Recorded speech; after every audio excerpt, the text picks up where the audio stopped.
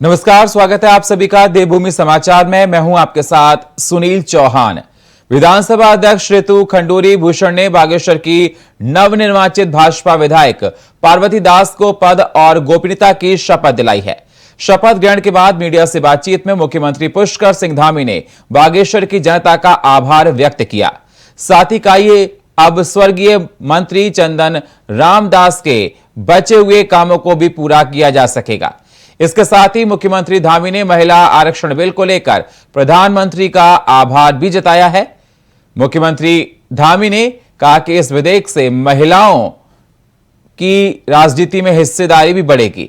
विधानसभा अध्यक्ष ऋतु खंडूरी भूषण ने भी इस मौके पर नवनिर्वाचित भाजपा विधायक पार्वती दास को बधाई दी। साथ ही केंद्रीय महिला आरक्षण विधेयक की भी जमकर तारीफ की है। सबसे पहले तो बागेश्वर क्षेत्र की महान जनता को धन्यवाद करना चाहता हूं, उनका आभार व्यक्त करना चाहता हूं कि उन्होंने पहली बार बागेश्वर के इतिहास में एक महिला को वहां का विधायक चुना है, अपना प्रतिनिधि चुना है। और हमारे देश के यशस्वी प्रधानमंत्री मोदी जी के नेतृत्व में नारी शक्ति बंधन विधेयक जो देश के अंदर पास हुआ है, महिला शक्ति के उत्थान के लिए लाया गया है। निश्चित रूप से उस विधेयक से पूरे देश के अंदर मातृशक्ति को हर क्षेत्र में आने का अवसर मिलेगा, प्रतिनिधित्व का अवसर मिलेगा। बहुत खुशी की बात है। हम लोग बहुत खुश हैं कि बागेश्वर से पार्वती दास जी जीत कर आई हैं। हम सब आप जानते हैं आदरणीय चंदन रामदास जी का बहुत ही सम्मान करते थे, बहुत ही भले व्यक्ति थे, विकास की बात करते थे। मैं बागेश्वर भी गई, वहाँ भी मैंने देखा कि उनका जो लोगों के साथ जिस तरह से समन्वय था, जिस तरह से वो उनकी कार्यशैली थी, वो ज़बरदस्त थी। मैं आदरणीय पार्वती दास जी को भी शुभकामनाएं और बधाई देती हूँ और आशा करती हूँ कि जिस तरह से चंदन रामदास जी ने बागेश्वर की सेवा की है, वैसे ही वो भी करती रहेंगी। कांग्रेस विधायक मदन बिष्ट का गाली गलौज भरा वीडियो वायरल होने के बाद लगातार बीजेपी कांग्रेस पार्टी से मदन बिष्ट पर कार्रवाई करने की मांग कर रही है, लेकिन अब तक उन पर कोई भी कार्रवाई नहीं हुई। अब इसको लेकर बीजेपी प्रदेश अध्यक्ष महेंद्र भट्ट, मदन बिष्ट और पूरी कांग्रेस पर हमलावर है। पार्वती दास की शपथ ग्रहण के बाद महेंद्र भट्ट ने कहा कि कांग्रेस के अंदर वह नैतिक बल नहीं कि वे अपने विधायक पर कार्रवाई करें, लेकिन देखना यह भी है कि आखिर कांग्रेस कब तक कार्रवाई नहीं करती है। जनता तो करवा कर छोड़ेगी। नहीं, मैं शुरू से कह रहा हूं कि कांग्रेस के अंदर नैतिक बल ही नहीं है कि अपने किसी विधायक के ऐसे कृत्यों पर कोई कार्रवाई कर सके, लेकिन देखना है कब तक नहीं करते हैं। जनता तो करवा के छोड़ेगी।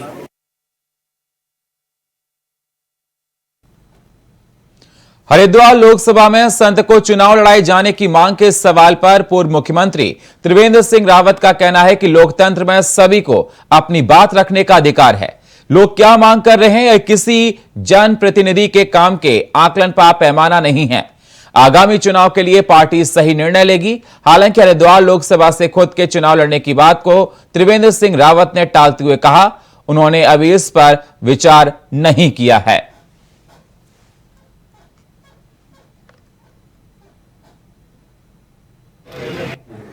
और लोकतंत्र है, सबको अधिकार है, उनकी इच्छा है, उन्होंने अपनी इच्छा व्यक्त की है, तो कोई बुरी बात नहीं समझता हूं मैं। ये तो हमारे स्वस्थ लोकतंत्र का एक लक्षण है।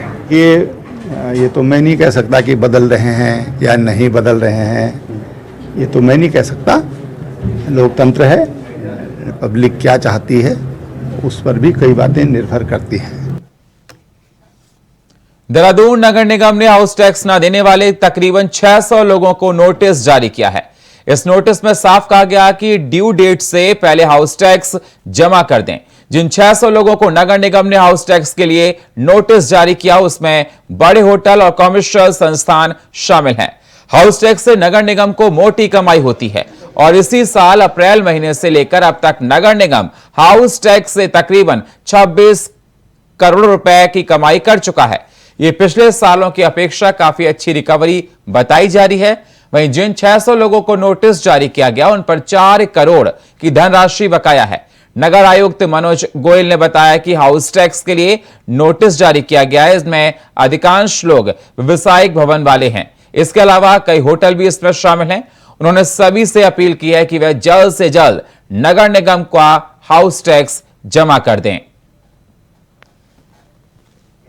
सारे लोग हैं जिनको हम लोगों ने नोटिस दिए हैं, जो कि अरियर्स में ऑलरेडी आ रखे हैं, जिन्होंने पूर्व वर्षों के भी हाउस टैक्स जमा नहीं करवाए हैं। इस प्रकार के 600 नोटिस हम लोगों ने डिस्ट्रीब्यूट किए हैं। ये बड़ी संपत्तियां हैं। इसके अतिरिक्त जो छोटी संपत्ति होंगी उसमें भी संख्या काफ़ी ज़्यादा है। लोग जो हाउस टैक्स जमा नहीं कर रहे हैं, हमारी सभी से अपील है कि हमने इस पूरे प्रोसेस को काफ़ी सुविधाजनक बना दिया है। ऑनलाइन बैठ के आप अपने घर से भी कर सकते हैं। आपको अपना जो पीटी आईडी है, जो हाउस टैक्स आईडी है, आपके हाउस टैक्स की पर्ची में वो उपलब्ध होती है। उससे यदि आपने पिछले वर्ष टैक्स जमा कराया, आप आराम से घर बैठे उसको उस आईडी के माध्यम से बिल्कुल अपना टैक्स घर बैठे जमा करवा सकते हैं।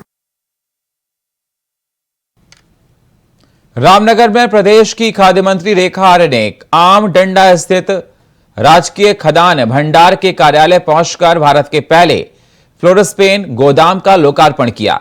आपको बता दें, राशन डीलरों और भाजपा कार्यकर्ताओं ने कैबिनेट मंत्री का जोरदार स्वागत किया।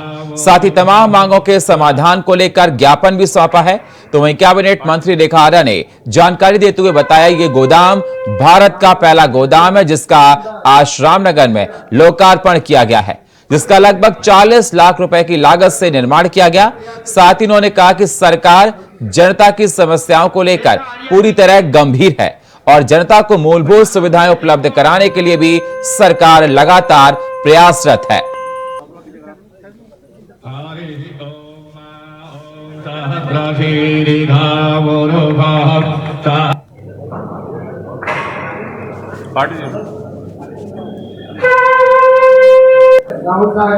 देखिए, आज बहुत खुशी का दिन है कि रामनगर, जहां पर G20 की बैठक हुई पहली बार, रामनगर वह स्थान अब बना है जहां पर देश का पहला ऐसा गोडाउन बना है जो प्री फैब्रिकेटेड स्ट्रक्चर में खड़ा है। लगभग 500 mlt का यह गोडाउन है और लगभग 40 लाख के धनराशि के साथ में यह बना हुआ है। आज रामनगर वासियों को भी और पूरे कुमाऊं क्षेत्र वासियों को भी और गढ़वाल के पौड़ी जनपद को जो है आज यह गोडाउन समर्पित किया गया है।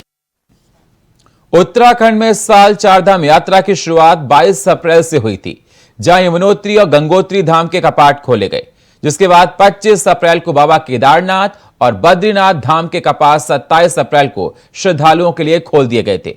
आपको बता दें, अप्रैल से शुरू हुई चारधाम यात्रा में अब तक तकरीबन 42 लाख के करीब श्रद्धालु दर्शन करने के लिए पहुंच चुके हैं और साथ ही मानसून की रफ्तार कम होने पर श्रद्धालुओं की संख्या में बड़ा इजाफा होने की उम्मीद भी जताई जा रही है। तो वहीं बद्री केदार मंदिर समिति के अध्यक्ष अजेंद्र अजय का कहना है कि सरकार ने इस बार यात्रा को देखकर बड़े स्तर पर व्यवस्थाएं की थी, जिस वजह से यात्रियों की संख्या काफी अच्छी रही। उन्होंने कहा कि कपाट बंद होने में अभी 2 महीने का वक्त है। ऐसे में माना जा रहा है कि यात्रियों की संख्या में और बढ़ोतरी होगी, जो सरकार और स्थानीय लोगों के लिए अच्छी खबर है।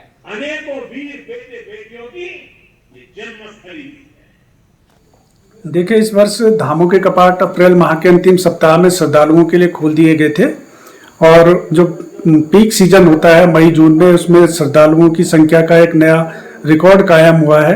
अभी कपाट बंद होने में लगभग 2 माह का समय शेष है, तो हमारा अनुमान है कि इस वर्ष श्रद्धालुओं की, तीर्थयात्रियों की संख्या का एक नया कीर्तिमान स्थापित होगा।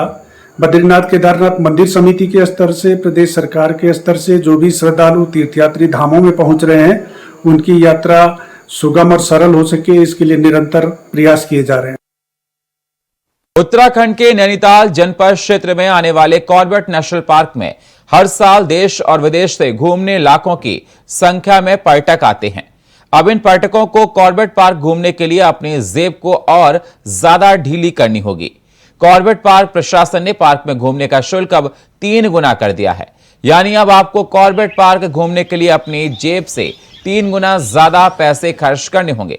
दरअसल कॉर्बेट पार्क के लिए एक परमिट 950 रुपए का मिलता था, जिससे आप 4 घंटे का डे विजिटर कॉर्बेट पार्क के झरना, बिजरानी, दुर्गा देवी, पाखरो, ढेला, गर्जिया जोन में डे विजिट कर सकते थे।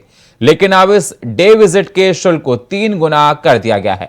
इसका मतलब यह हुआ कि जो परमिट आपको पहले 1000 रुपए का मिलता था, अब वो आपको 3,000 रुपए का मिलेगा। ये 18 सितंबर को हमारा नया जियो आया है, तो उस जियो में हमारा सारे रेट्स बढ़े हैं। वन विश्राम भवन, पूरा स्टेट का वन विश्राम भवन का रेट्स बढ़े हैं। तो इसमें हमारा जो कॉर्बेट टाइगर रिजर्व में है, डेली जो हमारा विजिट होता है 4 घंटे का, तो उस विजिट में पहले लगभग 950 रुपीज लिया जाता था, तो अभी वो बढ़ के लगभग 3,000 तक आ गया है। और नाइट स्टे का वो लगभग 1.5 गुना बढ़ा है, कहीं कहीं 2 गुना भी बढ़ा है, बट 1.5 गुना लगभग बढ़ा है।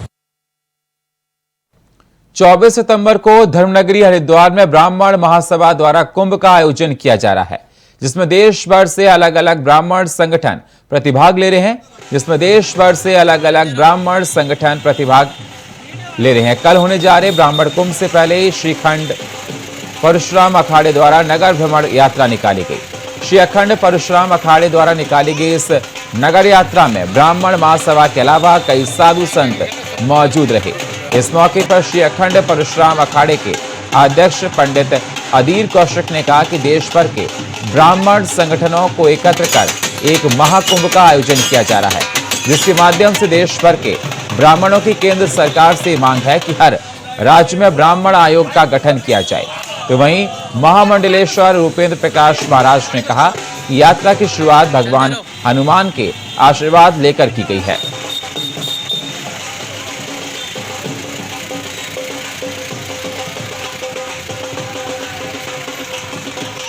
ये उत्तराखंड देवभूमि है और यह मोक्षदायिनी श्री गंगा जी का प्रांगण है, और ऐसे में अमृतमयी कुंभ, ब्राह्मण कुंभ, जो 12 वर्ष में हमारा सनातन धर्म का एक पर्व लगता है, महाकुंभ, दिव्य कुंभ और विशाल कुंभ, उसकी तर्ज पे ब्राह्मणों ने एक हुंकार भरी है उत्तराखंड की भूमि पे, जो पावन भूमि है। इस भूमि पे सनातन धर्म, जो धर्म की अध्यात्म की राजधानी कही जाती है, उत्तराखंड हरिद्वार है।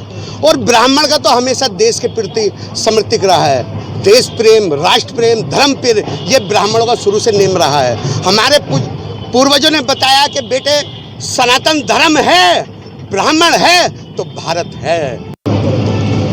हमारे अधीर कौशिक जी के द्वारा लगातार धर्म राष्ट्र के लिए, उसके उत्थान के लिए तत्पर रहते हैं। आज उसी के निमित्त कल होने वाले अंतर्राष्ट्रीय ब्राह्मण सम्मेलन के पूर्व संध्या पर ये शोभा यात्रा आज प्राचीन अवधूत मंडल हनुमान जी की पूजा अर्चना के बाद हमारे पूज्य बाबा हठयोगी जी, पूज्य महामंडलेश्वर सोमेश्वरानंद जी के संयुक्त तत्वाधान में यात्रा प्रारंभ हो रही है। निश्चित रूप से इससे धर्म को लाभ होगा। हरिद्वार में अर्की पौड़ी की तर्ज पर मनसा देवी मंदिर का सौंदर्यीकरण किया जाएगा, जिसके लिए जिलाधिकारी धीराज सिंह गर्व्याल द्वारा कलेक्ट्रेट में एक बैठक की गई।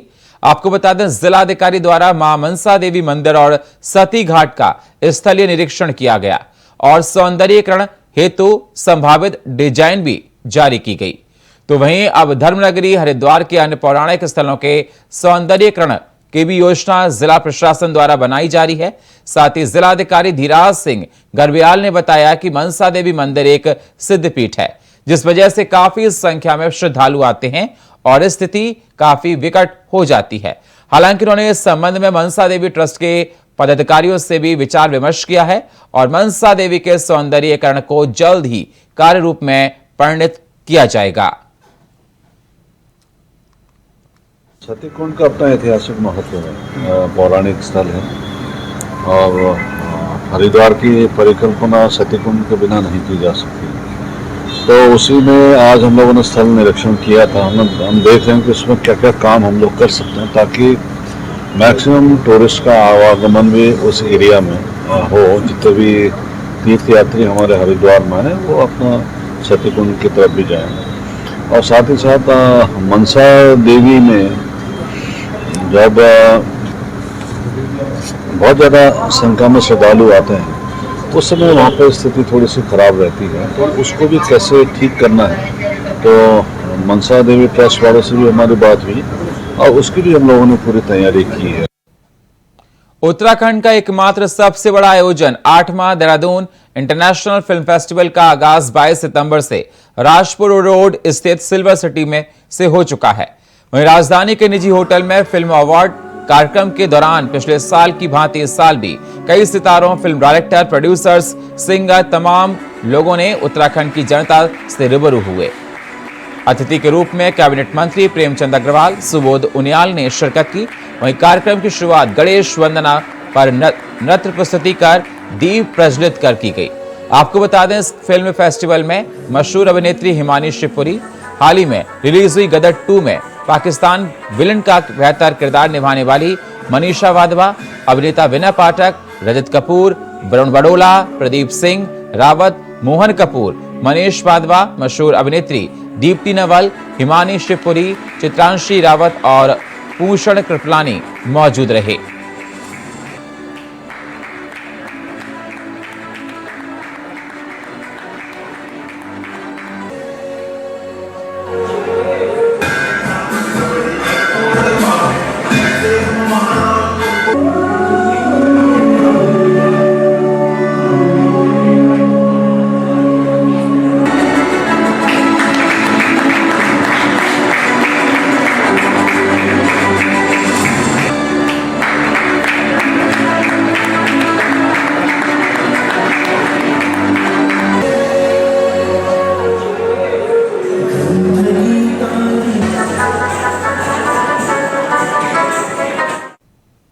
राजधानी देहरादून में 8वें इंटरनेशनल फिल्म फेस्टिवल की शुरुआत हो चुकी है।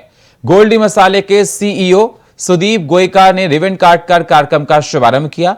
आपको बता दें, 22 से लेकर 24 सितंबर तक चलने वाले इस फिल्म फेस्टिवल में कई दिग्गज स्टार कलाकारों को अवार्ड देकर सम्मानित किया जाएगा।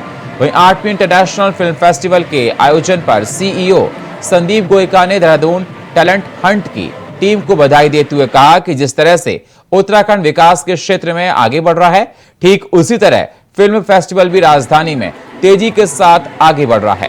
वहीं दूसरी ओर मौजूद फिल्म इंडस्ट्रीज के डायरेक्टर राजेश शर्मा ने फिल्म इंडस्ट्रीज के क्षेत्र में उत्तराखंड सरकार द्वारा लाई गई पॉलिसीज की प्रशंसा करते हुए राज्य सरकार का आभार भी व्यक्त किया है।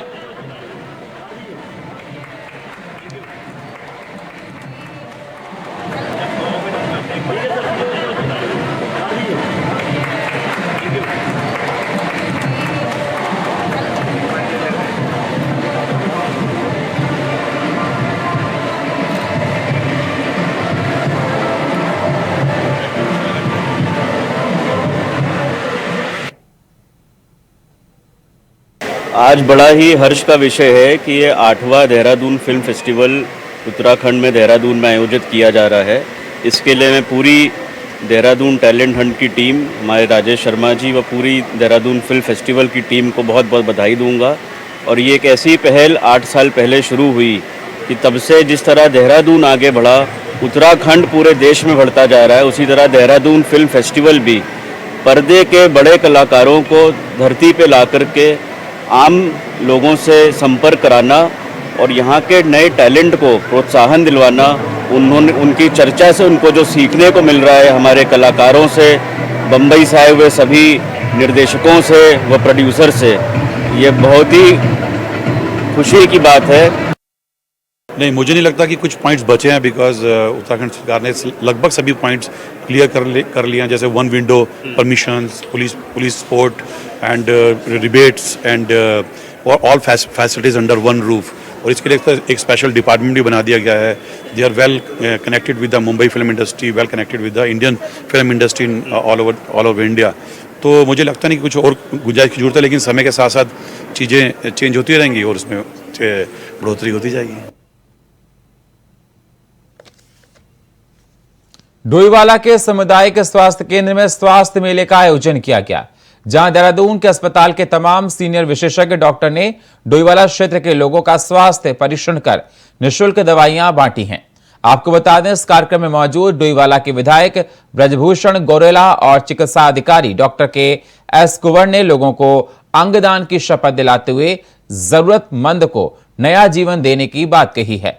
साथ ही उन्होंने कहा कि और अगली खबर है, पर्यटन नगरी रानीखेत के राजकीय चिकित्सालय का सीएमओ आरसी पंत अल्मोड़ा ने निरीक्षण किया है। आपको बता दें, ये चिकित्सालय क्षेत्र का बड़ा चिकित्सालय है। यहां पर दूर दराज क्षेत्र से मरीज आते हैं। अनेक मरीज हल्द्वानी रेफर कर दिए जाते हैं। स्थानीय लोगों को चिकित्सालय के खिलाफ अनेक समस्याओं पर शिकायत रहती है।